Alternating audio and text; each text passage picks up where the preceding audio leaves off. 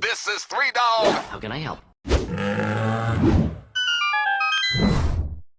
Andy Burkowski here, VGS Talk Radio AM 640. We've spent most of our afternoon here, Ubisoft, in the middle of the city. They're hidden away, not going to tell you where, and we're in this beautiful mocap studio. We had the chance to actually play out some scenes, and my leader, the person that took me through it, thank you so much for letting me be in your game. I'm going to be in the game, right? Oh, yeah. See? Oh, yeah. There we go. You are Takar. Who am I speaking with today? My name's David Footman, and I'm the cinematics director on Far Cry Primal. So we got a great chance to actually see what it's like to develop a lot of the scenes here for Far Cry Primal. For those that weren't fortunate enough to be invited to Ubisoft, what were some of the difficulties of developing now these cinematics for Far Cry Primal? Because you're taking on these huge challenges, different language, different entirely alien time period. What was it like? Yeah, I think it was extremely intimidating when we first started the project because a lot of people had tried to interpret what the Stone Age looks like. So there was no shortage of media out there depicting early man. And I think that when you dive into a fantasy like that, one of the pillars of our brand is authenticity, and the living, breathing world that the art team is going to create in the game is going to be second to none. So when it comes to cinematics, when you're bringing characters and story to life, there's kind of a ragged line between authenticity and great performances and going too far or having it look sort of campy or cartoony or cliche-like. So you really there's a lot of work that we put into the research to try to define how these people move, because it could easily become a bunch of characters in like a Stone Age setting, walking around just like people nowadays. 1920s. Yeah. Idea what they had with yeah, that, right? exactly. And I think that the more research we did on it, the more we realized that we needed to really attack the paradigm of what it means to be primal, and that's just sort of looking at mannerisms, movement, gestures that we have today, and trying to sort of and we studied tribes in the Amazon and tribes all over the world to see what are different mannerisms and movement that would define these people. So really the big challenge for me was the movement and how it worked with the language and the gestures, and and then being able to actually create a visual language in that medium that we could tell a story, because there's a lot of barriers to entry when you have a foreign language and the setting in terms of telling a story. So everything needs to be really visceral, and the camera language and the language of the actors emotively has to be super strong to convey ideas. What are some of the ways you were able to do that through the actual mechanics of developing these cinematics? I got a chance to play around with it. I'd love to hear from your own words what you do to bring out both the emotion and I guess the clarity that players need. Yeah, we started working with experts. So we started working with Terry Notary, who's a movement coach, and two movement coaches in Toronto, Roberto Campanella and Anissa Taipar. The goal was to run workshops for the actors where we really deconstructed the contemporary paradigm they had, and we created movement for each of the tribes. So there are three tribes: the Wenja, the Udam, and the Izila. So we had a signature for each tribe and a foundation that that they all shared. That was the same. And watching Terry work was kind of amazing because I guess he has a circus background, but his body control was mind-blowing. As a director, I'd never worked with movement before. I didn't really understand how it worked. We probably spent 6 days with the crew, the animators, and the actors working through this movement where he would deconstruct movement of the actors and then reconstruct a character by just talking about energy, force, and space. Like there's like the nomenclature for movement is really different than I've ever used in dialogue with actors. So we talk about intrinsic force, extrinsic force. We talk about types of energy. We talk about space that we move in. Like space can be heavy, it can be medium, it can be thin, it can be light space. And even talking about how people move, like do they start with their head? Do they have a periphery? Like what is their field of view?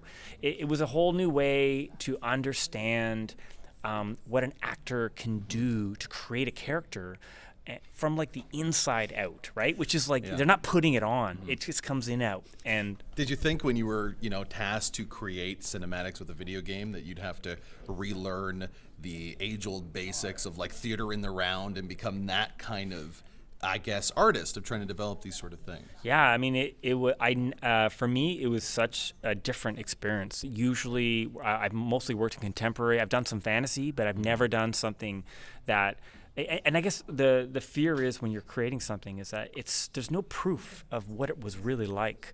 So you always feel sort of vulnerable when you're presenting something that someone's going to say, "Oh, that's silly," or "that doesn't work," or "that's cliche." It's sort of it's not a really safe place because there's no reference for what it could be like. But what's crazy is the commitment that we got from Ubisoft to achieve this fantasy, because the fantasy of the Stone Age is the game. So without it, we fail. So there was a lot of attention, a lot of energy, a lot of emphasis on that fantasy, and they gave us the resources to achieve that, which I think is kind of great because. Oh, it's amazing to think that we're actually. I was speaking with the professor and linguist that helped develop the language. Yeah. And I think one of the most touching things that he said was when he first heard Proto-European, completely done up, with the characters, he started to cry because he spends his whole life focusing on this, and this is authentic, this is exactly what he's learned, and this is exactly what he believes that these people did. So my one question to that, there's always a great commitment from Ubisoft to be authentic to the time period. Since this is so alien, how do you develop these characters in a way that still works for a video game? Well, that's sort of the huge challenge because they need to work within the mechanics of gameplay, and especially when you're dealing with movement and that it's very different than perhaps we would assume it would be. I'm just wondering when I'm grabbing the controller, how this attention to detail might translate a little bit. Well, I mean, I think that when you're creating characters in a video game. What makes a character compelling is that they have a need. So every time we present a character in an open world video game, they need to have a strong need in the scene from the player. So that's the first thing. Whether we're doing Stone Age or contemporary, this is like a thread that we have to have. So I think that was something that we always had in our scenes. The other thing I think which helped us connect it was having the pillars of Touched by the World. And our first-person camera reimagined allowed us to sort of hit the pillars that we needed to hit in terms of Stone Age, and have that be part of the scenes that are introducing gameplay. Because we're characterizing, but we're also revealing inner character for our characters, and we're exploring their desires and needs, and how the player can interact with that by, it always has to connect to a mission or some sort of an action item. So, I mean, what I like to say is bad people don't say bad things, they do bad things. Okay, yeah. And that's sort of something we live by with our characters. And that it's the same with the player, right? The player is defined by their actions, and their actions are defined by the needs of the characters around them and what they choose to act on. So that's kind of what, that's sort of the interface anyway, in terms of like how we interface those kind of Stone Age characters with the needs of the missions. And I guess in your presentation you mentioned that the idea of a contemporary brain, of not being here in the moment, is something that's kind of new to the tens of thousands of years of change since then, 10,000 years of change since then. Does that then make it perhaps a little more simpler because these characters do have direct needs, direct goals? It's very A, B to C sort of thing. Oh yeah, it's way simpler. I mean, in terms of there's often this sort of, like, we call it inner landscape explored with characters, and it's not that these characters aren't complex, sophisticated, and interesting, but simple is the best way to describe a lot of these characters. The simplicity of their needs, their presence, their awareness. It's very simple and straightforward. And I mean, I think as an actor, that's really hard. Yeah. Because it's very hard to be simple. I think a lot of us have anxiousness and noise, that are all around us, which isn't simple. So I think that that's something that is like, it doesn't take energy. It takes balance and meditation and all. And this is something actors are doing for film and television already. It's part of workshops that actors do for theater, television, whatever. It's about shedding that paradigm and building a character and creating, boundaries around that character and so forth. So I think that, what we were doing, what people people are already doing, but Yeah. I think maybe in a more real way, because our characters needed to have that simplicity, that presence, that awareness, that that groundedness in our world, which is it's somewhere that I've never been before as a director. And it kind of blew my mind in terms of a directing technique. In terms of it's something that I think I could apply even to contemporary games Really? that I'm working on. Oh yeah. Well, I just noticed when I did have the small opportunity to be put into that, what you said there of overacting, the tendency to do that, and thinking there's more that needs to be done when you have all this technology. It was washing over me right away. I assumed I had to do more. And I'd love it if you could go over the different mechanics that you're able to do in terms of the actual rehearsals. Because here we did 2 examples of them. We'll let you pick it up. Okay, so when we start out working on a scene, the first thing we do is we do a blocking. So that really is about how we move in the space relative to the camera, so that everyone knows where to go. And the blocking will be determined by the camera. We look for something dynamic because the player is both identity and the player is filmic. So being a first-person game, everything that happens on camera needs to be somewhere in that continuum between identity and filmic. So once we've got the blocking worked out, then we bring in what's called the emotive part of the rehearsal, which means that the actors don't say the dialogue, they don't say the lines. All they do is they speak the emotional transactions in the scene. And they say that as completely improvised words in English. And they might be repeating the same word over and over again, or they might be having different emotions and different changes throughout the scene. But what's important is that it's a safe and free place to speak out loud. And so every actor in the scene will do that, and will run the emotive rehearsal over and over and over again, like maybe 5 or 6 times, to the point where the emotions start to repeat themselves. If I've heard it 2 or 3 times the same, then I know that the actors have settled on what it is at stake for them, and what their need is, and what the emotional transaction is. So once that's happened, we strip out all the improvising, and we put in the language. And the result is that the actors have the language, the movement, and the gestures anchored in an emotional transaction scene. So it's sort of like, the more you say the emotion out loud in an improvised way, the more it sort of vibrates all around you and becomes like part of your cells. The actor knows what it's about. The other actor knows what your needs are in the scene. So you don't even need to know what their lines mean, because they've already given you that. And then the boom operator, the cameraman, the script supervisor, everybody on stage knows what the scene is about. So when we have it, we know we have it. It was a profound way to work, in the sense that it's the only way I think you can work when you're working in a foreign language and with movement that's foreign and gestures that are foreign. I think it's the only way to sort of weave all of that into what I would call an inside-out performance, because real acting is inside out. Truthful acting is inside out. You can't put these characters on. You can't put a movement on top of something. It will read false. Well, again, we're here at Ubisoft, Andy Burkowski, Talk Radio AM 640. We had the chance to see what they're doing at Far Cry Primal to create this world that's nearly 10,000 years ago. It's been an amazing day so far. I really would love to know what it's like for the actors, I guess, because you're with them. You're trying to introduce, you mentioned before, you have to kind of deconstruct and then rebuild. What is it like for their process to develop characters like this? Well, I think from a director's perspective. I think my number one job is creating a really safe place.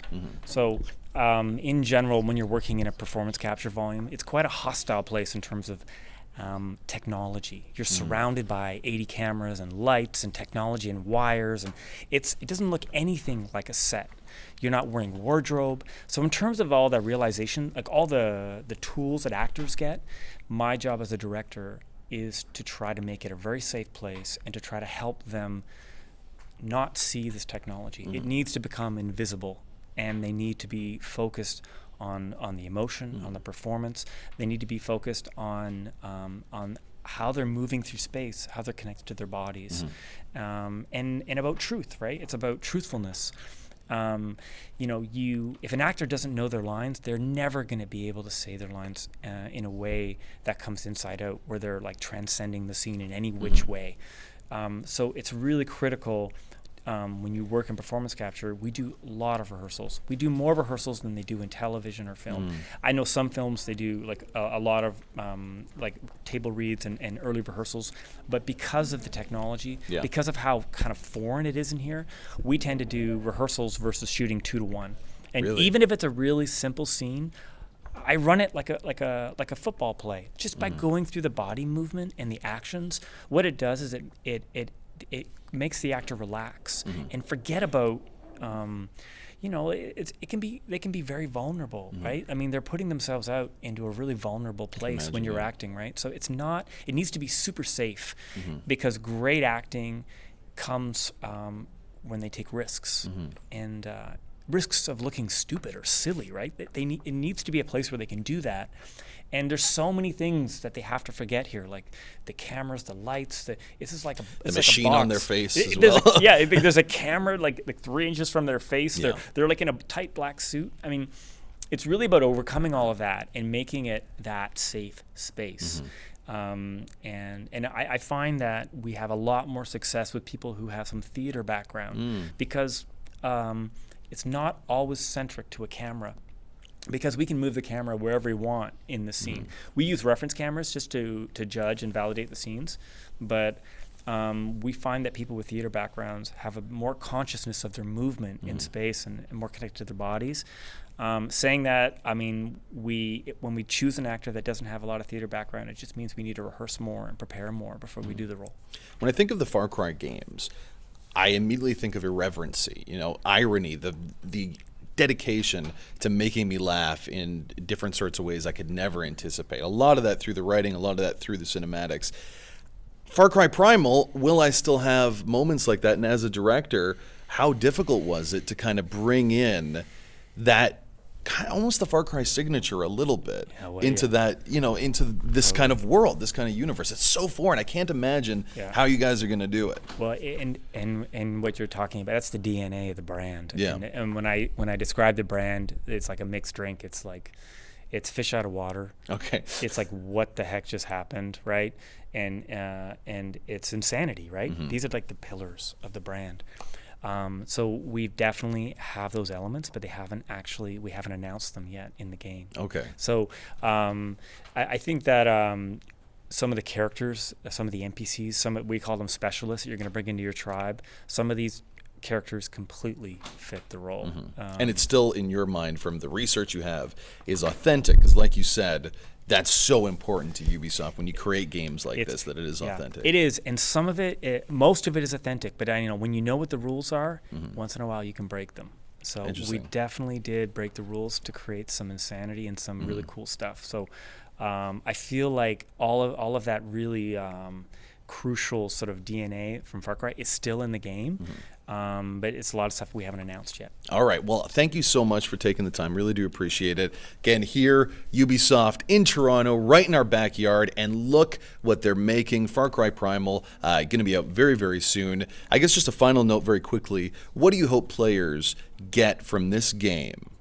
You're the director, you've done the cinematic experiences. What do you hope they get from that they haven't been able to grab yet from maybe a video game in general? Well, I think that for me, like, what I find most profound about Far Cry Primal is that Stone Age fantasy. It's a place that we've read about, we studied about in school about this time period. I think it's such a mind-blowing experience to be around that megafauna and to be hunting in reeds and in riverbeds and climbing up on cliffs. It's a game that I love to explore the open world in. And Far Cry has always had an amazing open world, but there's something magical about this open world. And I think that going in to cinematics, we knew that the open world, and the realization would be second to none, because that's what Far Cry, that's the part of the DNA. The open world always looks amazing. If you watch Far Cry trailers, you'll notice that half the shots in a Far Cry trailer are debug cameras in the open world. Yeah. They're not cinematic cameras because it looks that good. So when you make cinematics for a game like this, it needs to measure up. And you need to have all those elements in there. So I think that that's the experience I'm most excited about when I play the game is I believe we've measured up to to that realism and to that authenticity that you see in the open world in our cinematics. We've layered them, and we've integrated them into the world, I think, really well. And I think people are going to get really excited about being in that time, because it was so well executed by the art team. The megafauna, the animals, the mammoths, the saber-tooth, the bears. Like, it's a totally different paradigm, and it's just a cool place to be. Cannot wait for it. Again, Andy Burkowski here for VGS on Talk Radio, AM 640.